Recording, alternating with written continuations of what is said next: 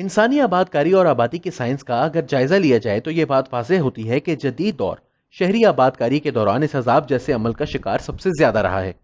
خاص طور پر ایسے بڑے شہر جنہیں میٹروپولس کہا جاتا ہے، جہاں مختلف ثقافتوں علاقوں سے تعلق رکھنے والے افراد اکثر نئے سیاسی سفر اور معاشی مواقع کی تلاش پہ رخ کرتے ہیں، ان میں انسانوں کی انسانوں سے کاٹ سب سے زیادہ دیکھی جاتی ہے۔ ماہرین عمرانیات اس عمل کو ایسے واضح کرتے ہیں کہ مختلف النوع پس منظر رکھنے والے افراد جب وسائل پر قبضے کی ظاہری یا مخفی جدوجہد کے ساتھ ایک جگہ پر جمع ہوتے ہیں تو ان کے خیالات، سیاسی نظریات اور معاشی ضروریات کے درمیان زبردست تصادم ہوتا ہے۔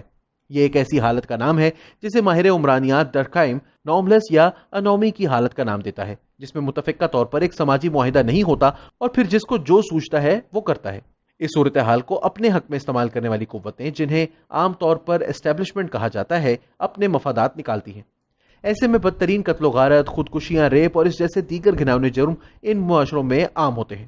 پاکستان کی معاشی شاہراہ کراچی کا احوال بھی مندرجہ بالا صورتحال جیسا رہا ہے۔ یہاں کے باسیوں نے اس بدقسمت شہر میں اپنے پیاروں کی لاشیں اٹھائی ہیں اور جن کو وہ نہیں جانتے تھے ان کے بھی بدترین حالات دیکھے ہیں، جن سے انہوں نے کم از کم ایسی عبرت پکڑی کہ فرار میں ہی عافیت پائی اور بے وطن ہونے میں ہی قرار پایا۔ یہاں روز انسانوں کو گولیوں سے چھلنی کیا جاتا، پولز پر لٹکا کر چیر دیا جاتا، جن کو قتل کیا جاتا ان کی بیویوں، بہنوں، بیٹیوں کے ریپ ہوتے، بچوں کو اپاہج کر دیا جاتا، سڑکوں پر لاشیں پڑی ہوتی، اور 90 کی دہائی میں یہ کراچی والوں کے لیے ایک معمول بن چکا تھا۔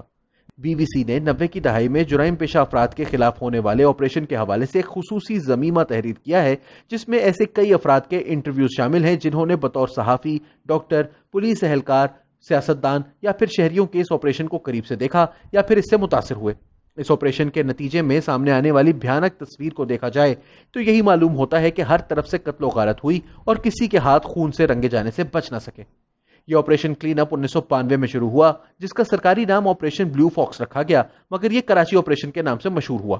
اس سے قبل اور اس دوران کراچی اتنی قتل و غارت اور لاشیں دیکھ چکا تھا کہ شاید تمام اہالیان کراچی کے سینسز ڈیمیج ہو چکے تھے۔ قتل و غارت گری ایک عام معاملہ تھا۔ 24 اکتوبر 1990 کے انتخابات ہوئے تو نواز شریف کی قیادت میں مرکز میں اسلامی جمہوری اتحاد نے حیران کن کامیابی حاصل کی اور کراچی سے کامیاب ہونے والی مہاجر قومی موومنٹ یعنی MQM نے نواز شریف کی حکومت میں شمولیت اختیار کی۔ 1991 میں عامر خان اور آفاق احمد کو، جو الطاف کے دائیں بائیں بازو کہلاتے تھے، تنظیم سے خارج کر دیا گیا اور سارا تنظیمی ڈھانچہ توڑ دیا گیا۔ یونٹ اور سیکٹرز تحلیل کر کے سینکڑوں کارکنوں کی تنظیمی رکنیت معطل کر دی گئی۔ کراچی آپریشن 19 جون 1992 کو شروع ہوا اور جرائم پیشہ عناصر کے خلاف آپریشن کی حمایت خود MQM نے بھی کی۔ لیکن جب آفاق احمد اور عامر خان واپس آئے اور MQM کو اندازہ ہوا کہ ان کو ہدف بنا لیا گیا ہے تو معاملے نے دوسرا رخ اختیار کر لیا۔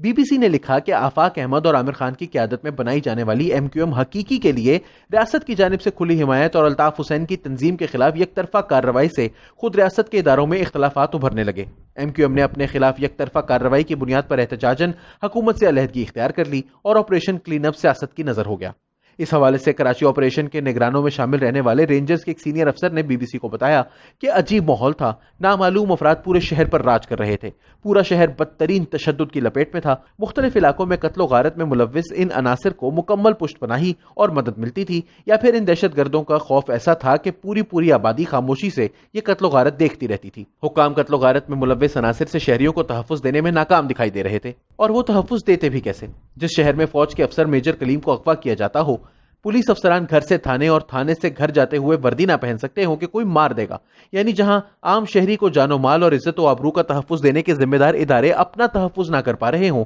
وہاں کیا تعجب کی بات تھی کہ سیاسی کارکنوں کے قتل و غارت کے ساتھ ساتھ عام شہریوں کو بس سے اتار کر زبان کی بنیاد پر شناخت کر کے قتل کیا جا رہا ہو۔ آہستہ آہستہ کراچی کے کئی گنجان آباد علاقوں میں مختلف سیاسی جماعتوں اور لسانی گروہوں کے درمیان مسلح تصادم ہونے لگے۔ پھر تو اخبارات و جرائد سے وابستہ صحافی ہوں یا سیاسی مخالفین، عمائدین ہوں یا سرکردہ شخصیات، عوامی نمائندے ہوں یا سرکاری افسران و اہلکار، قانون نافذ کرنے والے اداروں کا عملہ ہو یا ممتاز شہری، ٹرانسپورٹرز ہوں یا تاجر، کاروباری شخصیات ہوں یا سماجی کارکن، ڈاکٹرز ہوں یا ہسپتالوں کا عملہ، ریاستی ادارے ہوں یا عدلیہ سے متعلق اہلکار، جج اور وکلا، حتیٰ کہ طلباء ہوں یا اساتذہ، جس نے جب اور جہاں بندوقوں پستولوں سے مسلح ان گروہوں اور جتھوں پر تنقید کی یا ان کی مرضی کے خلاف آواز اٹھائی، اسے جواب یا تو تشدد سے ملا یا گولی سے۔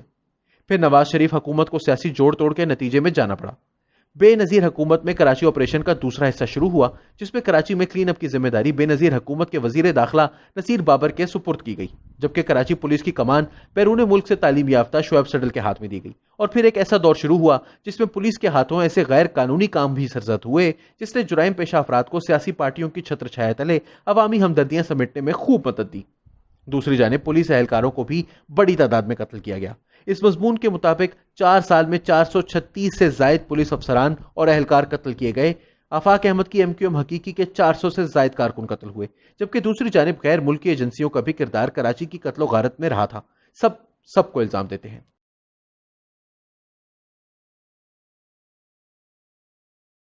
ڈاکٹر شعیب سڈل نے BBC سے بات کرتے ہوئے دعویٰ کیا کہ مارچ 1996 سے جون 1996 تک شہر میں قتل و غارت کا کوئی واقعہ نہیں ہوا، مگر دیگر تمام افراد نے اتفاق کیا کہ کمزور عدالتی نظام، خامیوں سے بھرپور استغاثہ، پولیس اور قانون نافذ کرنے والے اداروں کی ناقص کارکردگی اور سیاسی حل دیے بغیر آپریشن کو اچانک شروع کرنے اور اچانک ختم کر دیے جانے کی پالیسی کی وجہ سے آپریشن مطلوبہ نتائج حاصل نہیں کر سکا۔